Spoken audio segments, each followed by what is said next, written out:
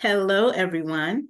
Welcome to Thriving Through Trials, Conversations with Rehab Champions, the program that's dedicated to bringing hope and inspiration to those facing challenging, debilitating diseases and circumstances. I'm Dr. Samantha Benjamin-Allen, a board-certified physical medicine and rehabilitation physician and founder of Freedom Wellness Physiatry, a direct specialty rehabilitation consulting practice serving the DMV in the home setting. In this show, we'll be shining a light on remarkable individuals who have not just survived, but thrived beyond their circumstances. We'll be exploring their journeys, their resilience, and the strategies they've used to regain mobility, independence, and improve quality of life. Our goal is to empower, encourage, and motivate you, our viewers, and provide a source of inspiration in the face of adversity. Join us as we uncover stories of triumph and learn how to thrive through life's toughest trials. Today, we have a special guest, Elizabeth, with us, and our episode today is entitled Thriving with Spina Bifida. So I'm going to give her a chance to introduce herself. Introduce yourself to us, Elizabeth. Hi, thank you for having me. My name is Elizabeth. I'm a speech therapist at a pediatric clinic, working with kids ages from like 3 to even 21, with various, disabilities. I am currently married with a beautiful 3-year-old daughter. Wonderful. And tell me a little bit of the background of your childhood growing up with spina bifida. What experiences challenged you? What did you find beneficial in terms of exposures or things that people offered that were helpful to you as you're journeying on and growing up? And share with us your thoughts as well as in working in speech therapy. That's very interesting. So I was born with spina bifida. Honestly, my parents had no idea they were gonna have a child with spina bifida, because the doctors weren't able to detect it while in I was utero. in the uterus. Yeah. Um, but then they did. Um, and on top of that, they found out that I also had hydrocephalus. And so, I was immediately rushed to the surgical room to get that, the back surgically, together. And So did they place a shunt? yes, they also placed a shunt for the hydrocephalus. Okay. And the doctors told my parents, like kind of like the worst case scenario, to expect a child to be in a wheelchair. Oh, And wow. yeah, if you're lucky, maybe she'll be in like braces and crutches. And so uh like the following couple of years, like I basically lived in a hospital because like I had infections on and off. Mhm. Um, and on top of that, I went to a lot of physical therapy. And so luckily I was able to come out of, like, I used to have like crutches and leg braces, just like extending from my back all the way, or like my hip area all the way down to my legs. Mhm. So through physical therapy, I was able to overcome those assistants.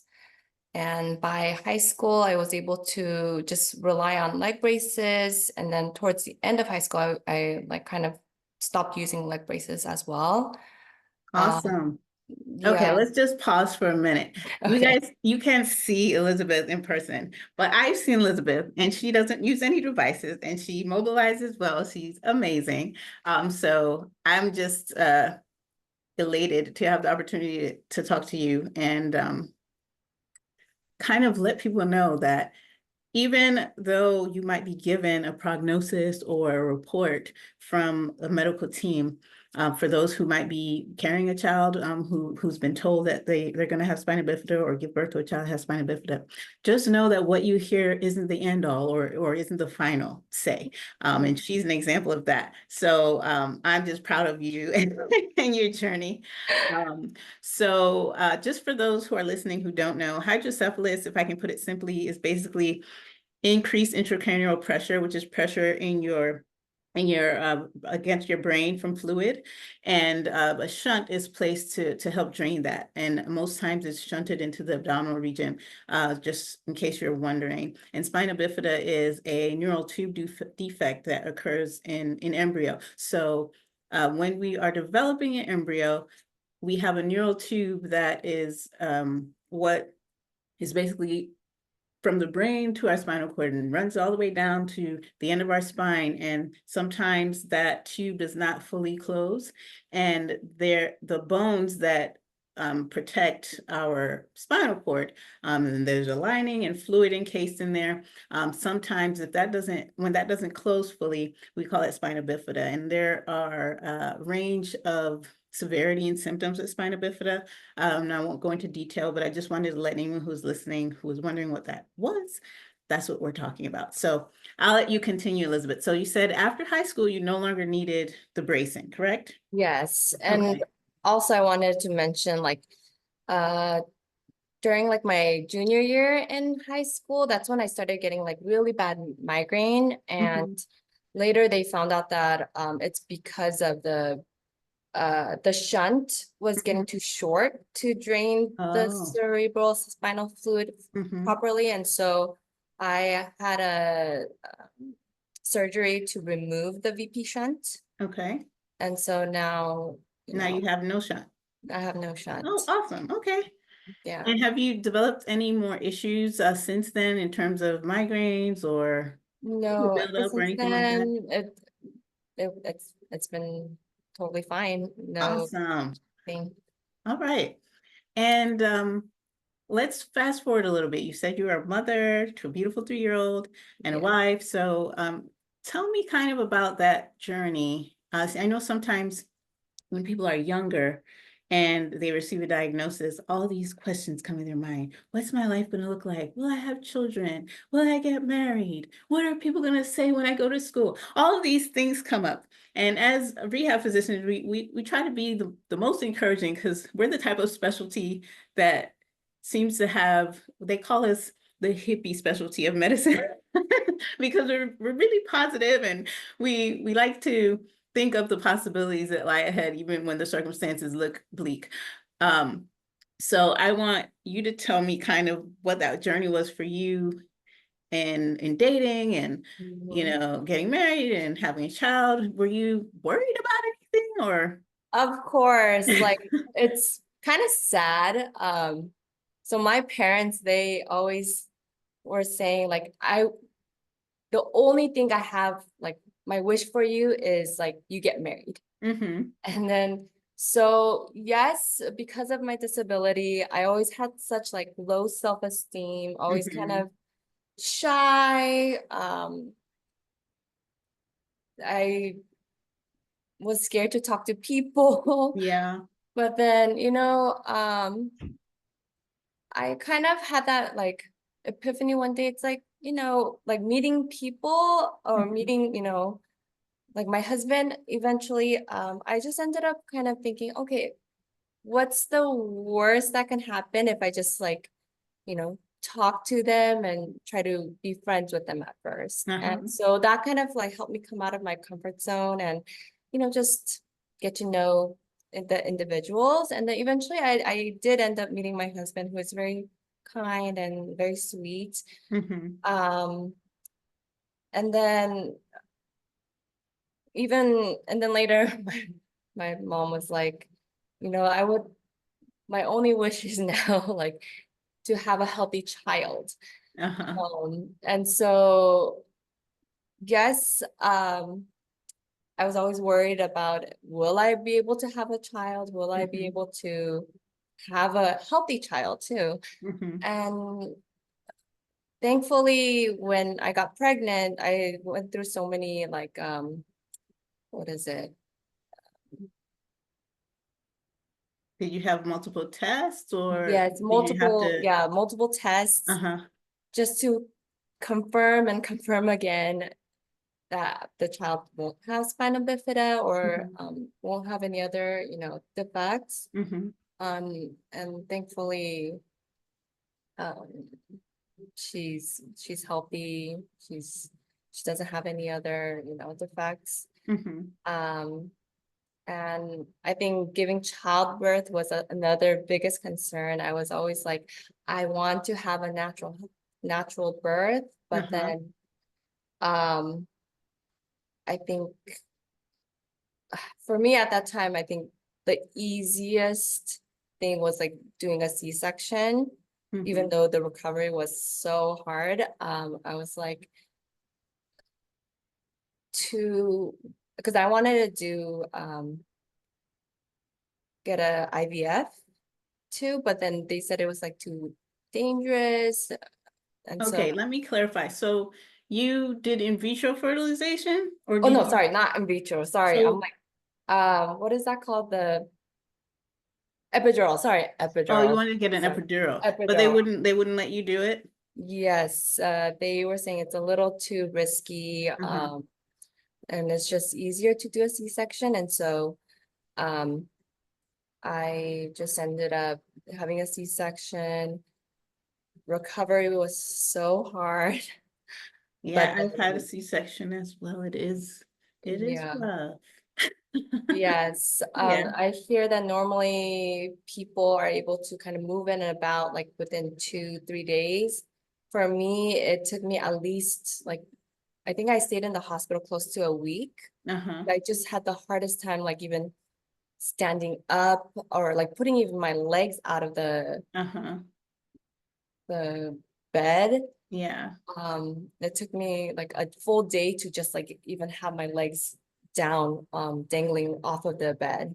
It Wow. was just so painful, and walking from where my bed was to the bathroom was, yeah, another big Yeah. challenge, but yeah, But you made it through and you have I a made it healthy through. baby. So that's Yes. awesome. Yeah. I guess that they worried about the risk of giving the epidural because there's always a risk of spinal cord injury whenever there's a needle inserted into the spinal Mhm. canal, and they Mhm. didn't want to risk you having any new deficits as a result of that.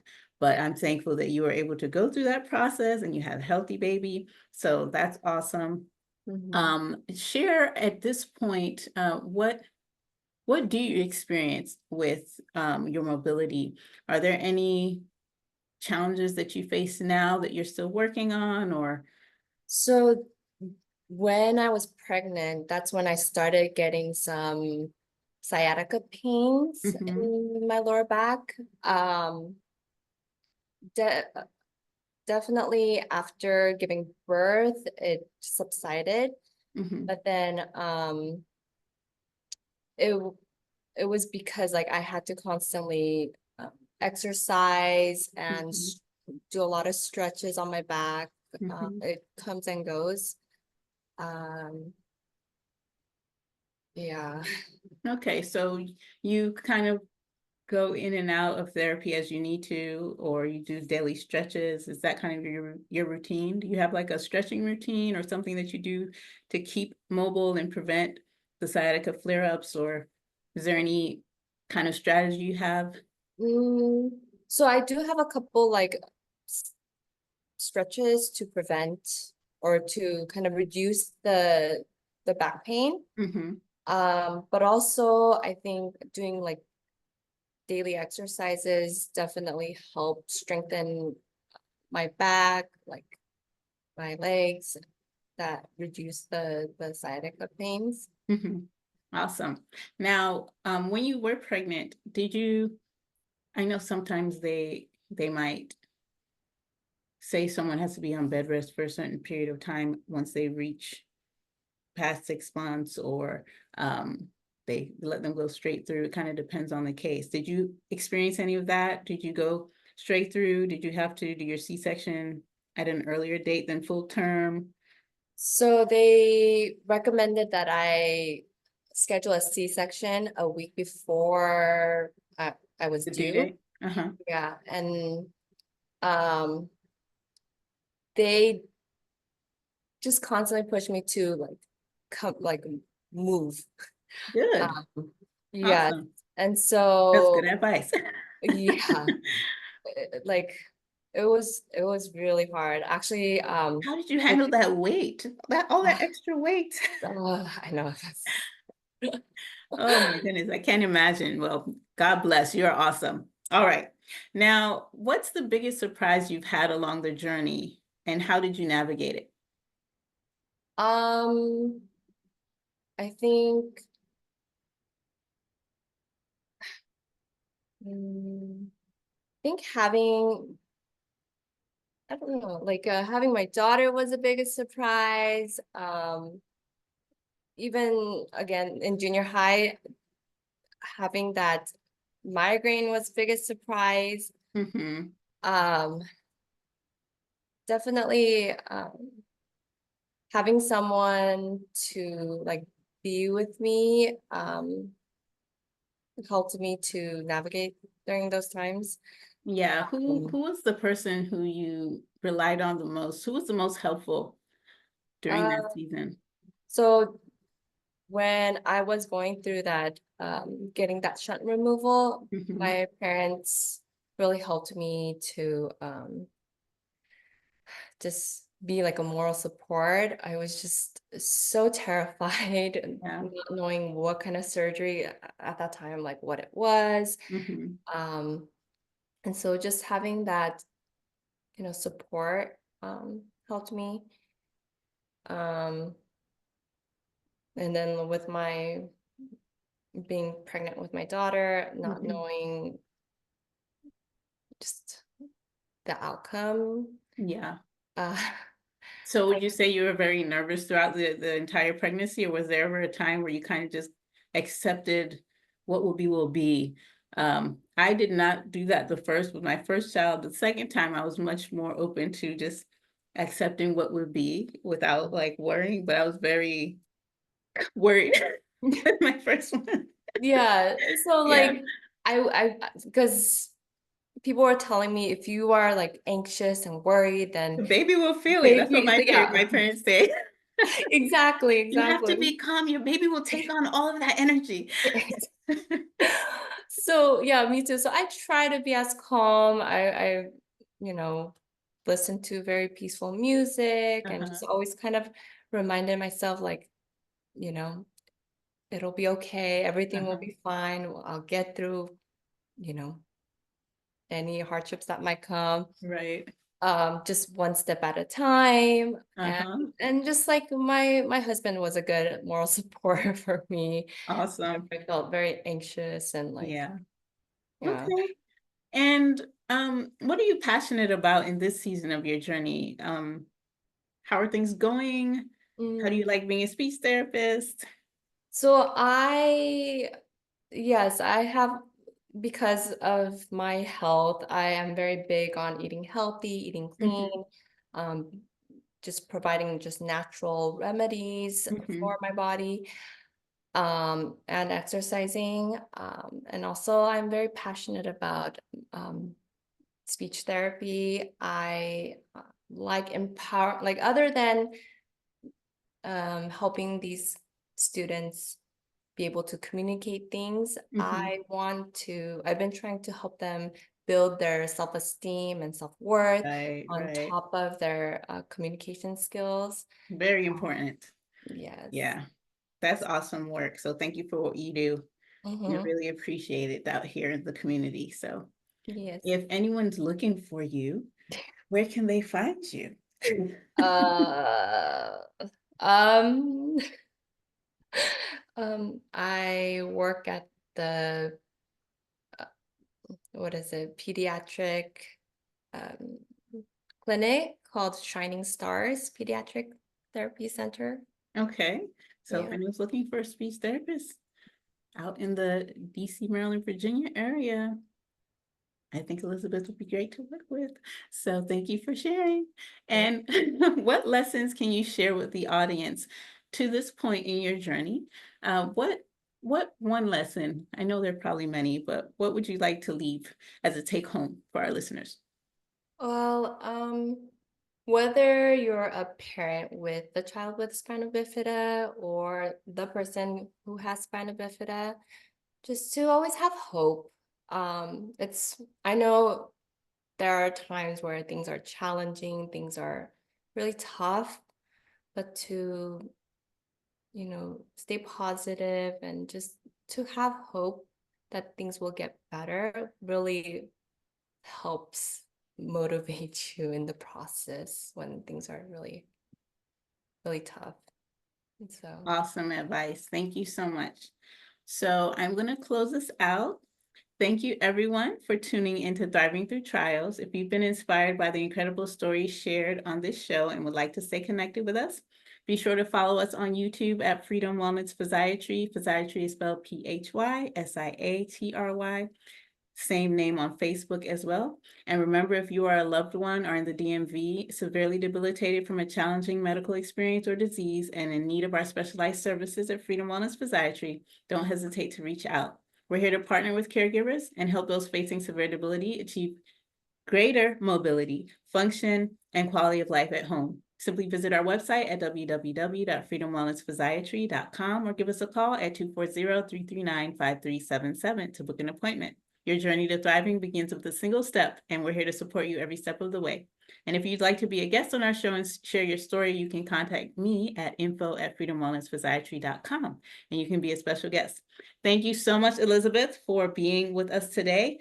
I wish you a continued wonderful journey, and I am so thankful for you being a guest today. Have a great day. thank you. Bye.